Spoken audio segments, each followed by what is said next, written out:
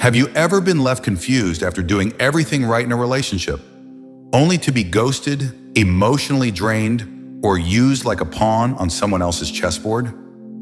You're not alone. Millions of good men walk into emotional traps every single day, mistaking manipulation for love, guilt for connection, and lies for loyalty. Here's the brutal truth most men never hear. Not all women manipulate, but the ones who do are dangerously skilled at it. They don't just use words, they weaponize emotions. They twist truths, project blame, and smile while doing it. And by the time you realize it, you've already handed over your power, self-worth, and sanity. But you can change that, starting now. This video isn't about blaming women, it's about opening your eyes. It's about identifying the 5 Machiavellian lies women use to manipulate men, and arming yourself with the psychological tools to protect your mind, your emotions, and your purpose. If you've ever been used, gaslighted, or emotionally played like a game, this video will hit deep, because once you see the lies, you'll never be fooled again. Let's begin. Number 1, I'm not like other girls. The mask of uniqueness.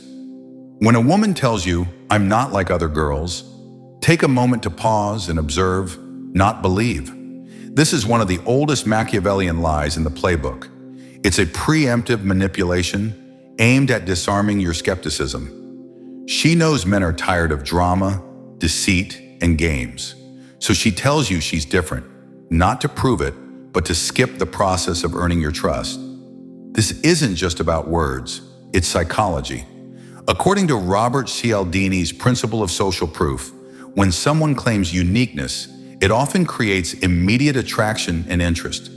But a smart man knows true uniqueness is proven in behavior, not in self-promotion. Women who use this line often follow it with patterns that are exactly like the others: jealousy, emotional games, passive aggressiveness, and manipulation. But by then, you've dropped your guard.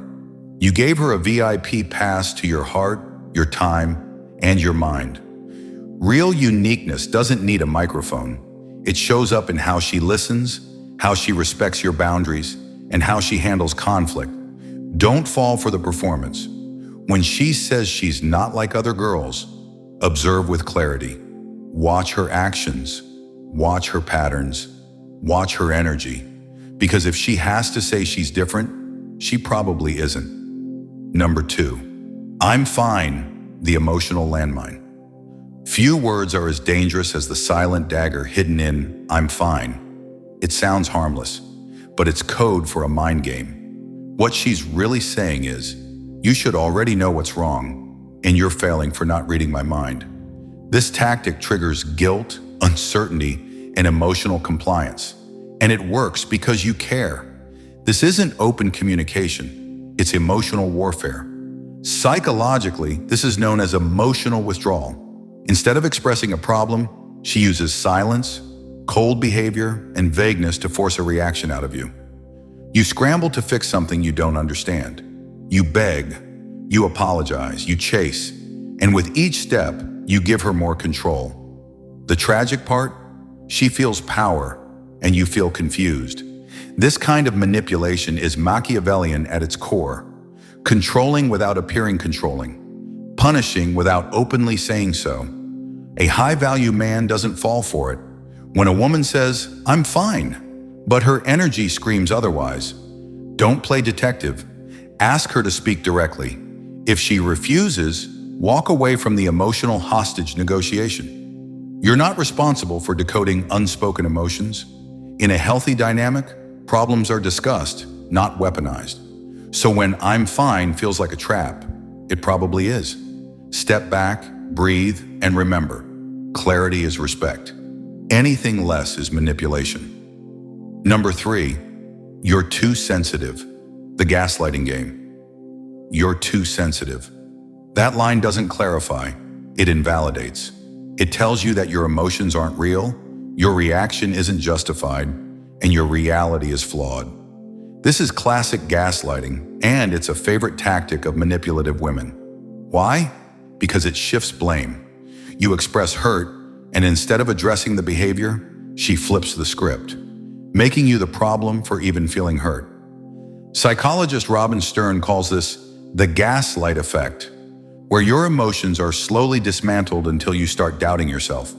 You begin questioning your perception, walking on eggshells, and losing your confidence. Here's a powerful truth. Men are human. Men feel. And feeling does not make you weak. It makes you aware. The woman who mocks your emotions is not strong. She's emotionally immature. She doesn't want a partner. She wants a puppet, someone who's easy to control, someone who fears confrontation, someone who trades truth for peace. But not you. Not anymore. When someone tries to silence your voice by labeling it too sensitive, recognize the manipulation. Hold your frame. Speak calmly but assertively. Let her know. You won't be guilted into silence. Emotionally intelligent men honor their feelings and demand relationships that do the same. So next time you hear, "You're too sensitive," remember, it's not a reflection of your weakness, but a test of your strength. Number 4, if you loved me, you would, the guilt lever. If you loved me, you would. That phrase is not love, it's emotional extortion. She's not asking, she's leveraging.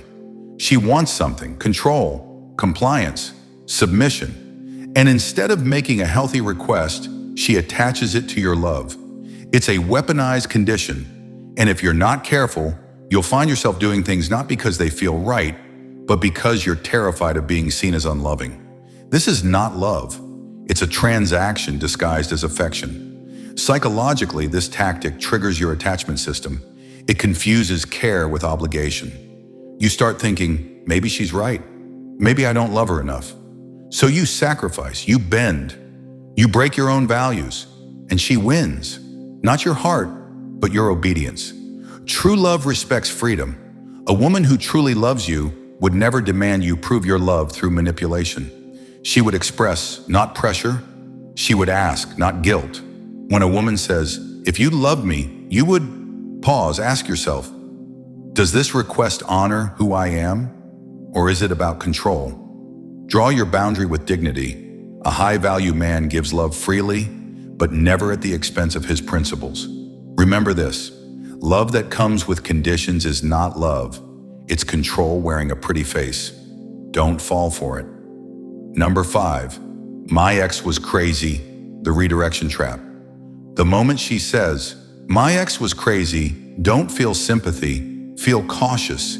Yes, sometimes people date toxic partners, but when every story from her past paints her as the victim and every man is insane, you're being fed a narrative, not a truth. This tactic is called character assassination. It's a psychological redirection that does 2 dangerous things. 1, it makes you feel protective of her. 2, it makes you blind to potential red flags. By demonizing her exes, she builds a preemptive excuse for her future toxic behavior. If you ever confront her about lies, mood swings, or betrayal, she'll point back and say, "See? You're just like them." Classic manipulation. Here's the deeper truth. Emotionally healthy women don't need to destroy others to elevate themselves. They speak honestly about the past without bathing in blame. But the Machiavellian woman? She crafts a tale where she's always right, always wounded, and never at fault. Don't get pulled into her victim script. Ask deeper questions. Observe her patterns. How does she talk about accountability? How does she speak about herself? Is she growing or just deflecting? When all her exes are crazy, ask yourself one thing. What's the common denominator in all her relationships? It might not be the men. It might be her.